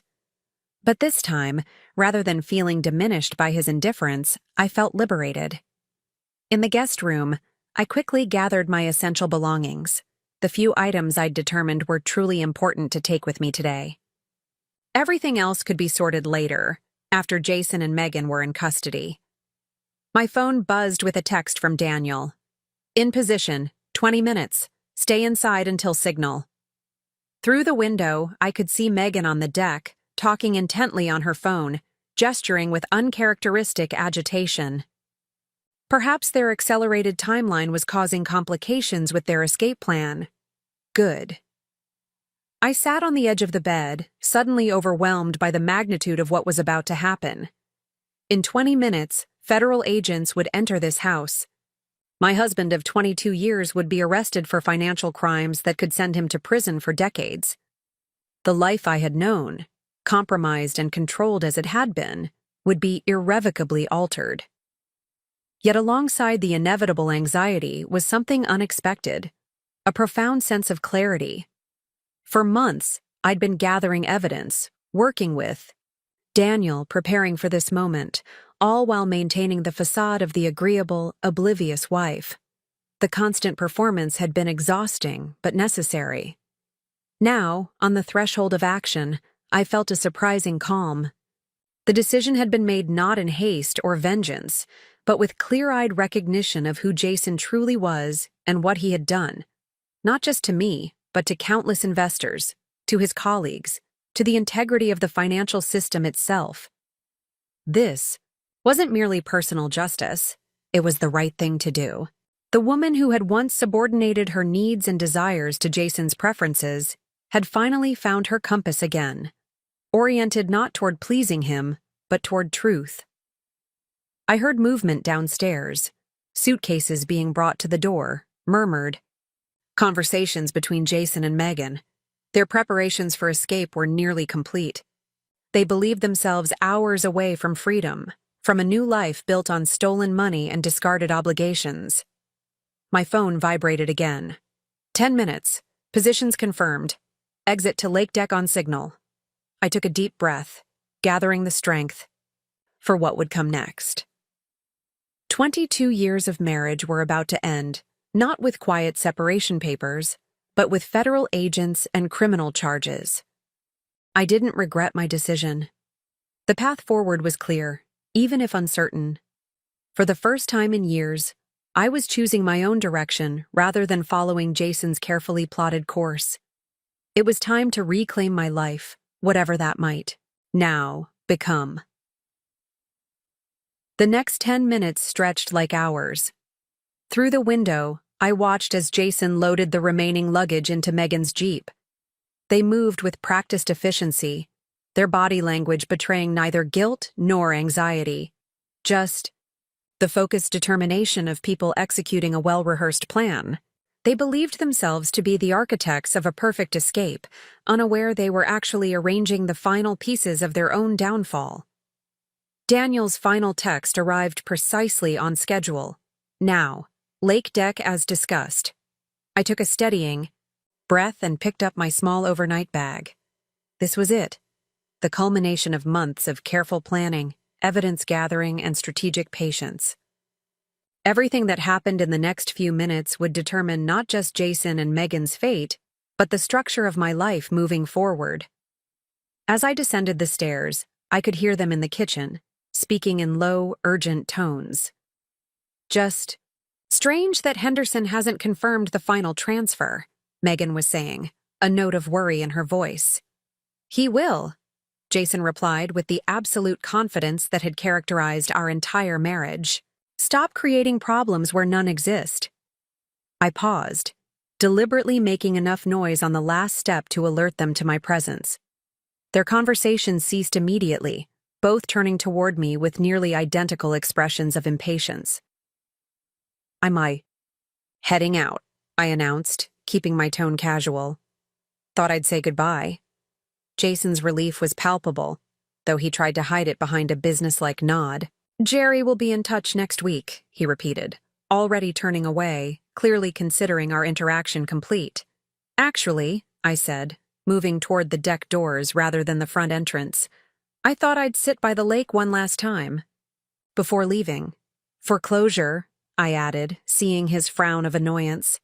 We're on a tight schedule, he began, but I was already sliding the glass door open. It'll just take a minute, I called over my shoulder, stepping onto the expansive cedar deck that overlooked the water. Some memories are worth preserving, don't you think? I moved to the railing, gazing out at the lake that had been my sanctuary during the difficult months of discovery and planning. The water was perfectly still this morning, reflecting the surrounding pines and distant mountains like a mirror. Beautiful, tranquil, and completely at odds with the storm about to break. Behind me, I heard the glass door slide open again. Jason's footsteps, heavier than Megan's, approached. "Rebecca," he began, his voice carrying that particular tone of controlled impatience he reserved for what he considered unreasonable behavior. "This isn't the time for—" His words cut off abruptly as the first black SUV emerged from the tree line at the far end of the property. Then another, and another. Within seconds, 5 vehicles had appeared, converging on the lake house from different directions with coordinated precision. "What the hell?" Jason muttered, moving to stand beside me at the railing. "Who are—" The realization hit him just as the first agents exited their vehicles. Their jackets emblazoned with the unmistakable letters, FBI and SEC. Jason whipped toward me, his face transforming with shock and fury. "What have you done?" he hissed, grabbing my arm with bruising force. I met his gaze steadily, no longer pretending to be the compliant wife he believed he'd cultivated. "I read the fine print," I replied calmly, echoing the words from the folder I'd discovered. "All of it, including your RC solution." His eyes widened with genuine fear now, the first time I'd ever seen that emotion on his face. His grip on my arm tightened painfully, but I didn't flinch. "You have no idea what you've done," he growled, his voice barely audible over the approaching footsteps of federal agents. "No idea what I'm capable of." "Actually," I countered, "I know exactly what you're capable of. That's why we're here." The glass door slid open again as Megan rushed onto the deck, her face pale. "Jason, there are federal agents everywhere. What's happening?" Before he could respond, Daniel emerged from around the side of the house, accompanied by 2 agents in tactical gear. My brother's expression was professional, composed, but I caught the flash of satisfaction in his eyes as he took in the scene. "Jason. Turner?" he called formally. "FBI, we have a warrant for your arrest on charges of securities fraud, wire fraud, and conspiracy." Jason's grip on my arm loosened as the reality of his situation began to sink in. His gaze darted toward the lake, calculating, as always, looking for an escape route. But the agents had positioned themselves strategically, covering all possible exits. "There must be some mistake," he tried, his voice regaining its smooth confidence. "I'm happy to clear up any misunderstanding, but my wife and I are actually in the middle of a separation, and she's been quite emotional about the process. Whatever. She's told you—" "This investigation," Daniel interrupted crisply, "is based on extensive financial evidence, Mr. Turner. Your wife's cooperation was helpful, but not the foundation of our case." Megan had backed away from Jason, her self-preservation instincts clearly kicking in. "I don't know anything about his business dealings," she insisted, directing her words to Daniel. "We're just friends." The betrayal was so immediate, so complete, that under other circumstances I might have felt a flicker of sympathy for Jason.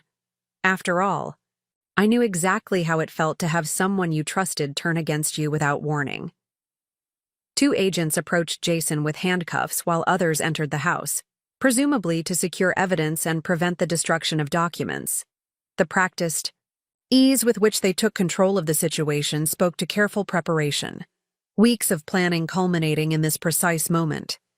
"Rebecca," Jason said, his voice dropping to an urgent murmur as the agents neared, "you need to listen to me. This is all a misunderstanding that can be cleared up. But once they take me in, things will get complicated. You need to call Jerry. Immediately. Tell him to access the Cayman account and— Ms. Morgan, Daniel called over him. We'll need you to come with us as well. We have questions about your role in the transfer of funds through Grand Cayman Bank last month. Megan's composure shattered completely. I was just following instructions, she protested, pointing at Jason. He said it was all legitimate tax planning. I didn't know it was illegal. The look Jason gave her contained such naked hatred that I instinctively stepped back. This was a side of him I'd glimpsed only in rare, unguarded moments throughout our marriage, the cold, calculating core beneath the charming exterior. As the agents recited Miranda rights and secured handcuffs, reality seemed to finally penetrate Jason's confidence. His shoulders sagged slightly, his expression shifting from outrage to something more calculating. He was already strategizing his next move, I realized. Even in handcuffs, Jason Turner was assessing angles, weighing options, planning his counterattack. You've made a catastrophic mistake, he told me quietly as the agents prepared to lead him away. Everything we built, gone. Was it worth it?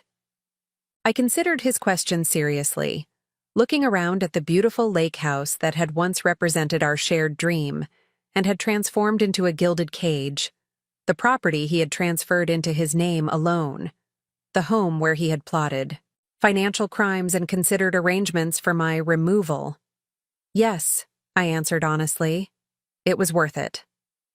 As they led Jason and Megan toward separate vehicles, I remained on the deck, watching the scene unfold with a strange sense of detachment.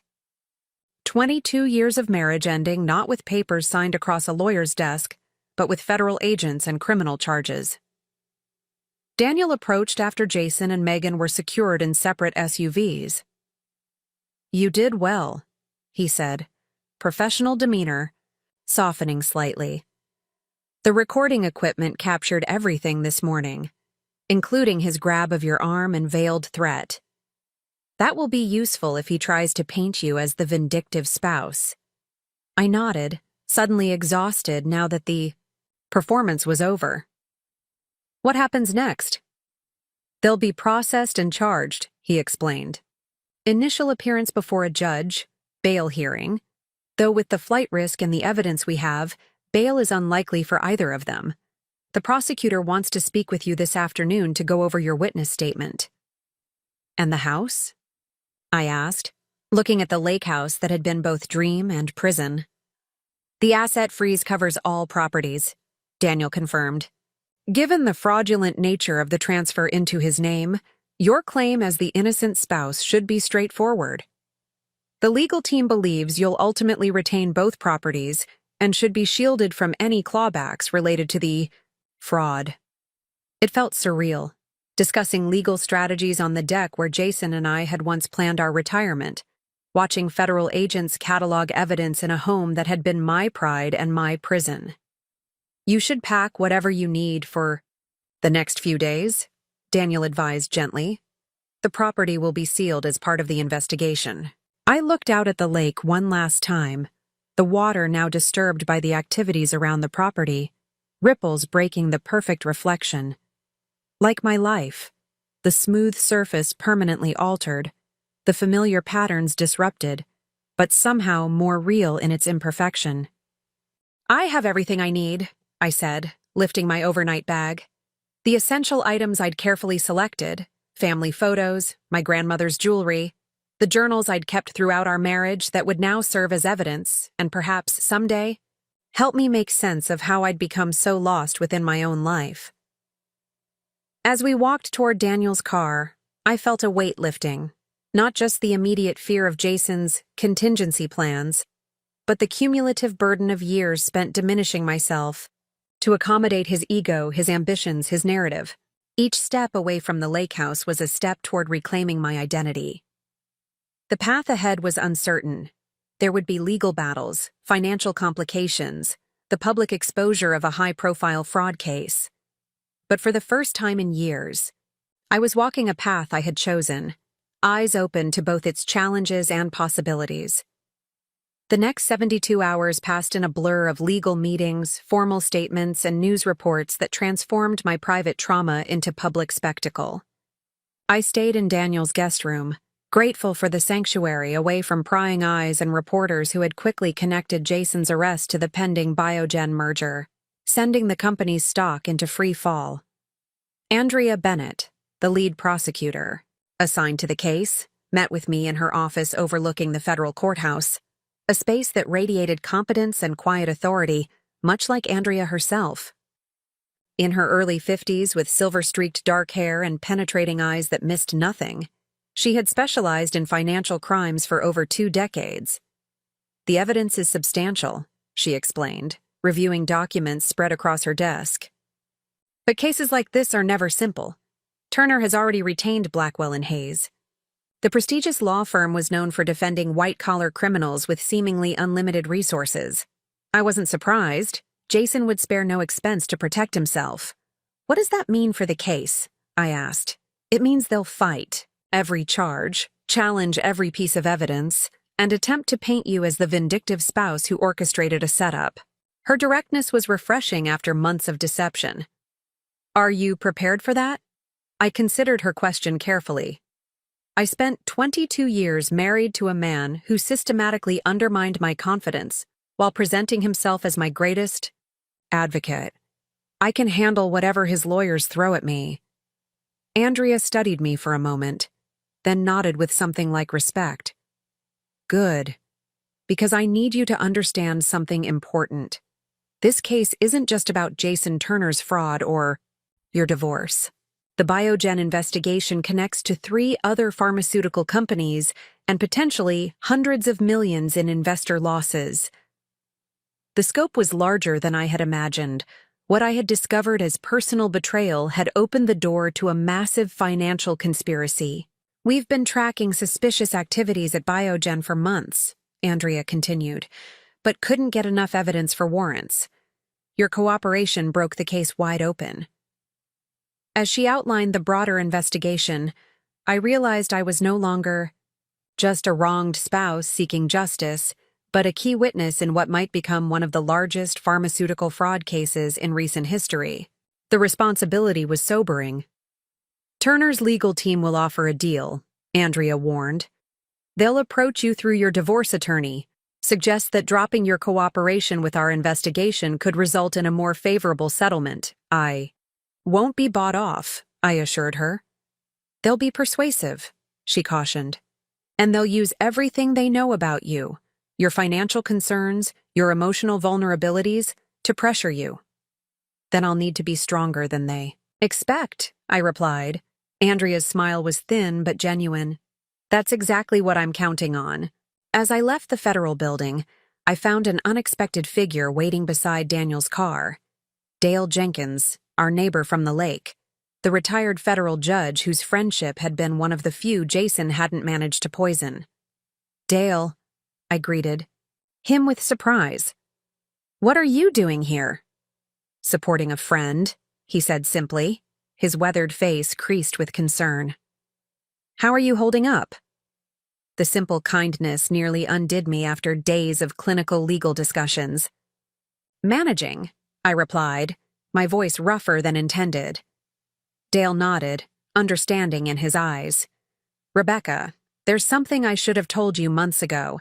I suspected Jason was involved in something questionable when I noticed unusual boat traffic at your dock during weekdays, meetings on the water where no one could easily observe or record conversations. My surprise must have shown on my face.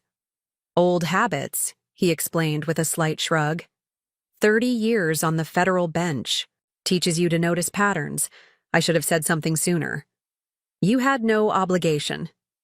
Perhaps not legally, he interrupted gently. But as a friend and neighbor, I might have spared you some of this ordeal. He hesitated, then continued. I'd like to help now, if you'll allow it. I still have connections in the judicial community. Nothing improper, he added quickly, but information about which judges might be assigned to the case, insights into how certain arguments might be received. I recognized the value of what he was offering, not just practical assistance, but Another ally in what would likely be a grueling legal battle. I would appreciate that very much. Good, he said with evident relief. And Rebecca, you should know, there are others who want to help. Jason made enemies as well as victims over the years. As if on cue, my phone chimed with a message from Diane Matthews, my former best friend whom Jason had systematically removed from my life years ago with claims of her jealousy and negativity. She had reached out immediately after the news broke. Whatever you need, I'm here. No questions, no judgments, just support. Standing there in the afternoon sunlight, I felt something unexpected bloom amid the chaos of my dismantled life. A network of support forming around me, people stepping forward to offer their strength, their expertise, their simple presence. For years, Jason had carefully isolated me, ensuring that my primary connection remained to him, that my view of the world was filtered through his perspective. Now, with that filter shattered, I was rediscovering connections I'd thought lost forever and forming new ones based on mutual respect rather than manipulation. Let's get coffee, Dale suggested, nodding toward a cafe across the street. Andrea, Bennett is formidable, but there are aspects of these cases she may not have mentioned yet. As we walked together, I felt a quiet determination replacing the uncertainty of recent days. The path ahead remained challenging, but I no longer faced it alone. The preliminary hearing was scheduled for the following Tuesday, giving Jason's legal team just enough time to construct their initial defense strategy, but not enough to fully investigate the extent of the evidence against him. Andrea explained this was deliberate. The accelerated timeline would force them to respond before they could construct an airtight narrative. In the interim, a strange calm settled over my life. I moved into a corporate apartment arranged by the prosecutor's office, a neutral space unburdened by memories or associations with Jason. The modern furnishings and sterile environment felt appropriate for this transitional period, this in-between existence where I was neither the wife I had been, nor yet fully the woman I would become. Each morning, I met with Andrea and her team, reviewing potential testimony, examining documents, preparing for the aggressive cross-examination Jason's attorneys would inevitably employ. Each afternoon, I worked with the forensic accountants, identifying accounts, explaining transactions, reconstructing the financial labyrinth Jason had created over years. He was meticulous, remarked Marcus, the lead forensic accountant, as we traced money through 7 different shell companies. But he made one critical mistake.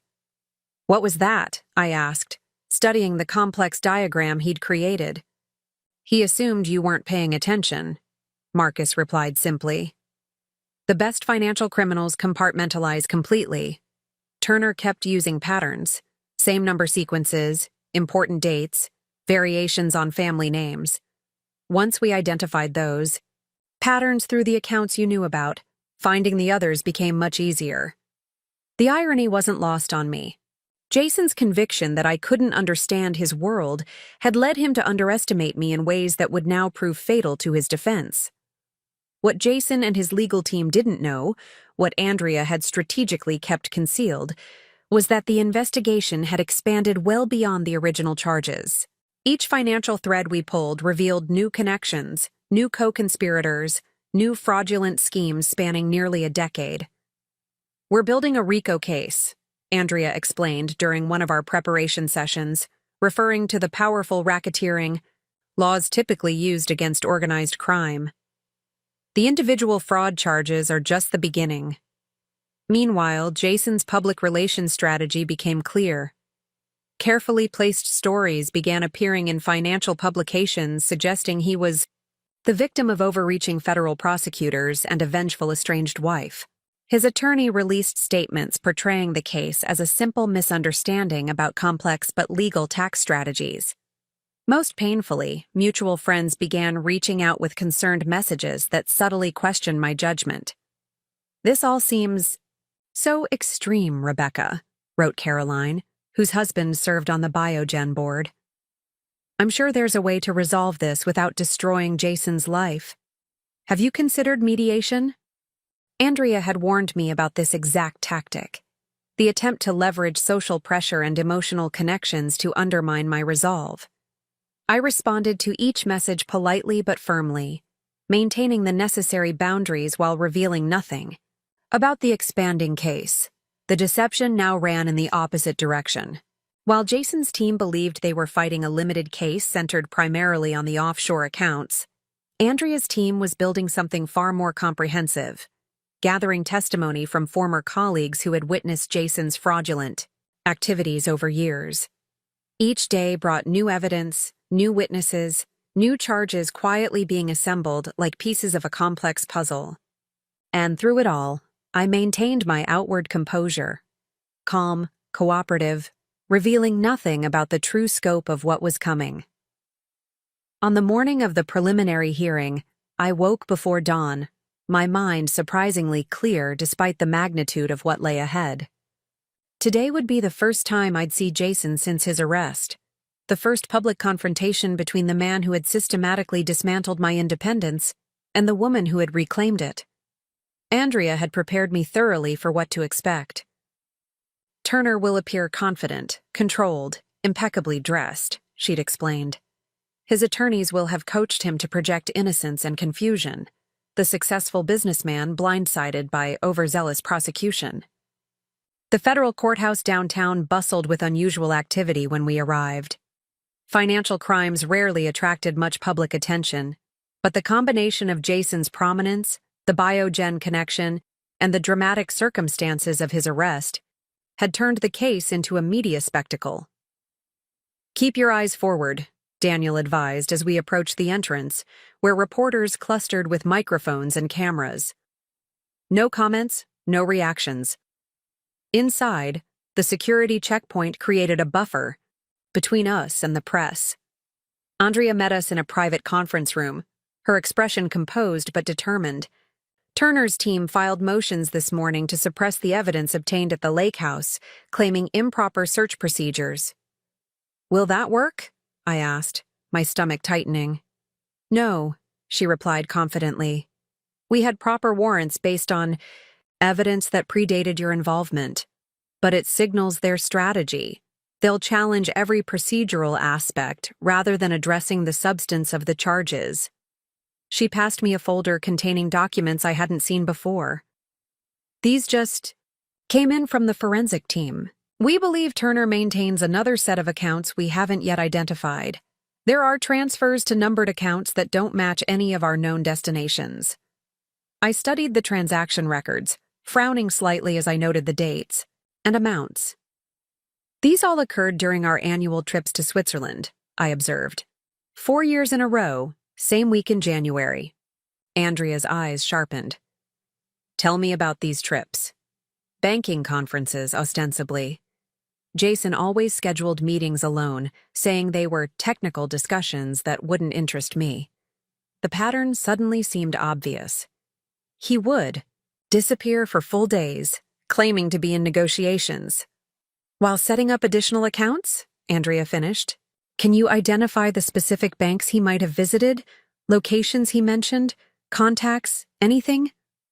I closed my eyes, visualizing our hotel in Geneva, the maps Jason had studied, the names mentioned in phone calls. There was someone named Richter he met with regularly, and he always visited a particular area near Paradeplatz in Zurich. Andrea exchanged glances with her assistant, who immediately left the room with these new details. "This is exactly why having you involved is crucial," she told me.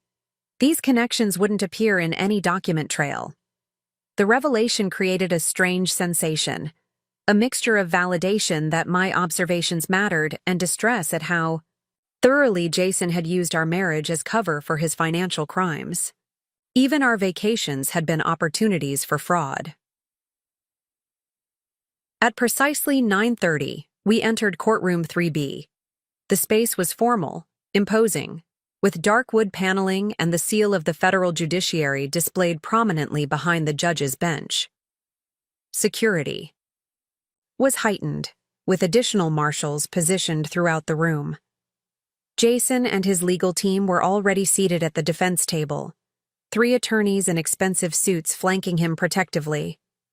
He had been released on restricted bail despite Andrea's objections, though his passport had been confiscated and his movements limited to the city limits. When our eyes met across the courtroom, I expected anger, perhaps even hatred. Instead, I encountered something more disturbing: calculation. Even now, facing serious federal charges, Jason was assessing angles, looking for leverage, planning his next move. What he couldn't know was that every financial detail he'd hidden, every secret account he believed secure, was being systematically uncovered and documented. The trap was closing, not just around the crimes we already knew about, but around the much larger conspiracy that Andrea's team was methodically exposing. As the judge entered and called the court to order, I sat straight-backed and calm, revealing nothing of what I knew. The trap was set, and Jason, still believing himself the cleverest person in any room, was walking directly into it. The preliminary hearing proceeded much as Andrea had predicted. Jason's legal team, led by the formidable Eleanor Blackwell, argued forcefully for dismissal of the primary charges, citing procedural technicalities and questioning the validity of the warrant execution. Judge Harriman, a no-nonsense veteran of the federal bench with a reputation for impartiality, listened attentively but denied each motion with crisp efficiency. The evidence was obtained legally through properly executed warrants, he ruled, looking over his reading glasses at the defense table. The court finds sufficient cause to proceed with the charges as filed. Throughout the proceedings, I maintained my composure, focusing on Andrea's steady presence beside me rather than Jason's calculated stare from across the room. When the hearing concluded with the setting of a trial date 3 months out, I felt a momentary wave of disappointment. 3 more months of legal maneuvering before any real resolution. This is actually good for us, Andrea murmured as we gathered our materials. More time to build the RICO case and identify the remaining accounts. As we prepared to leave, Eleanor Blackwell approached, her expression professionally neutral. Ms. Bennett, might we have a brief word in private? Perhaps with Mrs. Turner present? Andrea nodded and we followed Blackwell to a small conference room adjacent to the courtroom. Inside, Jason waited alone, the first time we'd been in proximity, without federal agents or attorneys between us since his arrest. I'll give you 5 minutes, Andrea stated firmly, but I advise my witness not to discuss any aspects of the case directly. Eleanor nodded and stepped out, leaving the 3 of us in a triangle of tension. Jason had lost weight since his arrest, I noticed, but had otherwise maintained his immaculate appearance. Bespoke suit, perfect haircut, the veneer of success still intact despite the circumstances. Rebecca, he began, his voice carrying that familiar note of reasoned persuasion. This situation has escalated beyond what anyone intended. There are better ways to resolve our differences than through criminal proceedings. Really? I replied, keeping my tone even. What would you suggest? His eyes flickered momentarily to Andrea before returning to me. The divorce settlement I proposed initially was perhaps unnecessarily restrictive. I'm prepared to be significantly more generous if we can move forward in a more productive manner. The implied offer was clear: drop cooperation with the prosecution in exchange for financial consideration. Exactly as Andrea had predicted. How generous? I asked, ignoring Andrea's warning glance. Jason leaned forward slightly, encouraged by what he perceived as interest. Full ownership of both properties, a substantially increased monthly allowance, perhaps even a portion of my Biogen shares. Once this misunderstanding is resolved. Interesting proposal, I said, studying him with new clarity. Even now, facing serious federal charges, he believed everything could be negotiated, that everyone had a price. But I have a question. Of course, he replied, the confident smile I knew so well playing at the corners of his mouth. He thought he was gaining ground. When you were arranging for the RC solution with Henderson, I asked calmly. Did you specify how it should happen? Or did you leave the details to him? The color drained from Jason's face. For the first time since I'd known him, he appeared genuinely speechless. Andrea stiffened beside me, not having expected this direct approach. I don't know what he began, but I cut him off. 3. Removal contingency, Jason. Did you at least specify that it should look like an accident, or were you past caring about appearances by then? His expression hardened into something ugly and unfamiliar. The mask of civilized negotiation dropped completely, revealing the cold calculation beneath. You have no idea what you've done, he said, voice barely audible. No idea who you're really dealing with. I think I finally do, I replied, standing to signal the end of our conversation. And for the record, there isn't enough money in those Swiss accounts to buy my silence. His eyes widened fractionally, confirmation that my mention of the undiscovered Swiss accounts had hit the mark. This isn't over, he said, the threat implicit in his tone. No, I agreed, moving toward the door where Andrea waited. It's just beginning. The trial date loomed 3 months in the future, but the real battle unfolded in the intervening weeks through motions, counter-motions, and increasingly desperate attempts by Jason's legal team to suppress evidence. Each new filing revealed their growing awareness of just how comprehensive the case against him had become. 2 weeks after our confrontation in the courthouse, Andrea called me into her office, her expression more animated than I'd seen previously. We found the Swiss accounts, she announced without preamble. Your mention of Paradeplatz and Richter gave us the lead we needed. The Swiss authorities have frozen assets totaling over $22 million. The amount stunned me. Even knowing about Jason's fraud, I hadn't imagined the scale. 22 million? How did he accumulate so much without anyone noticing? Systematic embezzlement through the Biogen research subsidiaries, Andrea explained. He was siphoning funds from cancer research grants, among other sources. The SEC investigation has expanded to include misappropriation of research funds and investor fraud. The revelation added another layer of disgust to my already complicated feelings. Not just financial crimes, but theft from cancer research, AI. Disease that had claimed Jason's own father. The capacity for compartmentalization required was almost incomprehensible. There's more, Andrea continued, sliding a document across her desk. Henderson has agreed to cooperate in exchange for reduced charges. The name sent a chill through me. Henderson, the contact who had discussed the removal contingency with Jason. He's provided details about conversations with Turner regarding various solutions to potential problems, Andrea said carefully, including contingency plans involving you. I scanned the document, my hands steady despite the disturbing content. Henderson's statement detailed 3 meetings with Jason over the past year where they had discussed handling the wife situation, if necessary. The most recent, just weeks before Jason's arrest, had progressed to specific methods that would appear accidental. We've added conspiracy charges based on this testimony, Andrea explained. These are substantially more serious than the financial crimes alone. The walls of legal pressure were closing in around Jason from all sides.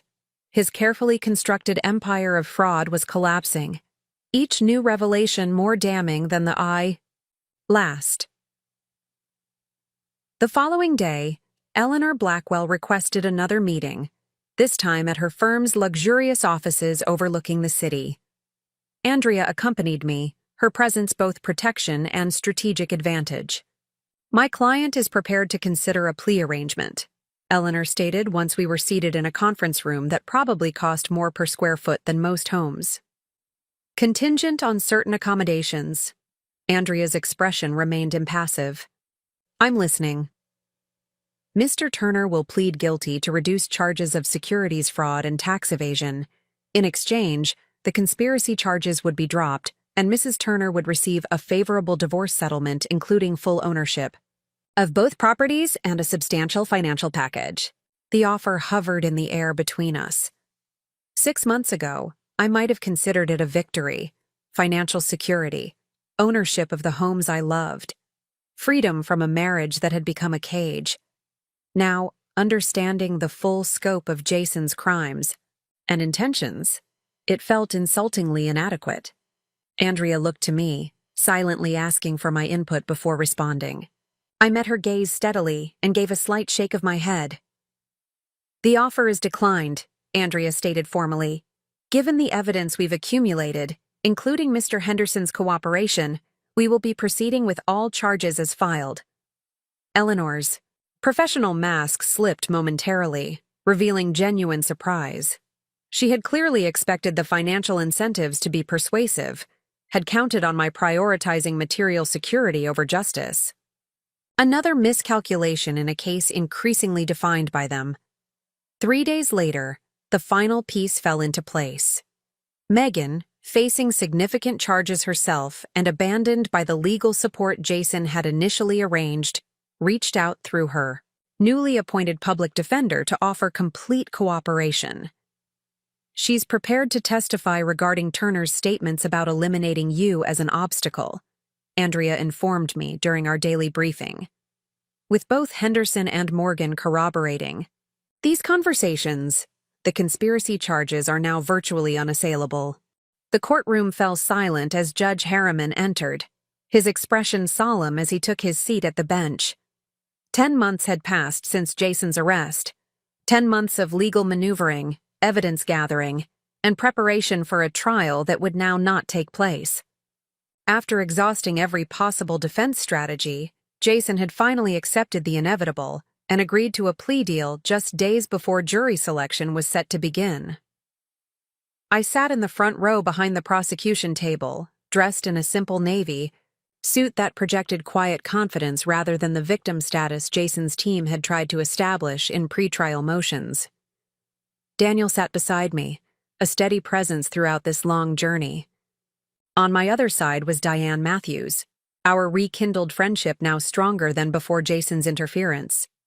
Andrea had explained what to expect during this hearing: the formal acknowledgement of the plea agreement, Jason's required admission of guilt to specific charges, the judge's acceptance or rejection of the terms. What she couldn't prepare me for was the emotional complexity of seeing the final collapse of the man who had shaped so much of my adult life. Jason entered with his attorneys, his appearance noticeably different from the confident executive who had dismissed me from our lake house a year earlier. Though still meticulously dressed, he had lost weight, and the strain of the past months showed in the new lines around his eyes, the slight stoop of his shoulders. Power and control had been the defining characteristics of his personality. Their absence had physically transformed him. When our eyes met briefly across the courtroom, I felt none of the vindictive satisfaction I might once have expected. Instead, there was a strange, calm clarity, recognition of a chapter closing, of justice being served not through vengeance, but through the simple power of truth revealed. Judge Harriman called the court to order, and the proceedings began with the reading of the charges to which Jason had agreed to plead guilty. Securities, fraud, wire fraud, tax evasion, conspiracy to commit financial crimes, the lesser but still significant charge of conspiracy to commit bodily harm, reduced from the original attempted murder conspiracy charge as part of the plea agreement. "The defendant will now state his plea," Judge Harriman instructed, looking directly at Jason. Jason stood, flanked by his attorneys. "Guilty, Your Honor," he stated, his voice steady but subdued. "And does the defendant understand that by entering this plea, he waives his right to a trial by jury?" "Yes, Your Honor." The formalities continued, detailed questions ensuring Jason understood the consequences of his plea, the rights he was waiving, the sentences he faced. Throughout, he maintained composure, answering clearly and directly, occasionally conferring quietly with Eleanor Blackwell at his side. Then came the part Andrea had prepared me for, the factual basis for the plea, where Jason would need to acknowledge specific actions that constituted the crimes charged. Mr. Turner, the judge began, please describe in your own words the actions you took regarding the offshore accounts established between 2018 and 2022. For the next 20 minutes, Jason methodically outlined the financial schemes he had constructed, the systematic embezzlement from Biogen's research subsidiaries, the web of shell companies designed to hide transactions, the tax evasion strategies spanning multiple jurisdictions. His delivery was precise, almost clinical, as if describing actions taken by someone else. Only when addressing the conspiracy charge involving me did his composure falter slightly. And did you have conversations with Michael Henderson regarding potential harm to Rebecca Turner? Judge Harriman asked directly. Jason paused, his gaze fixed on some middle distance.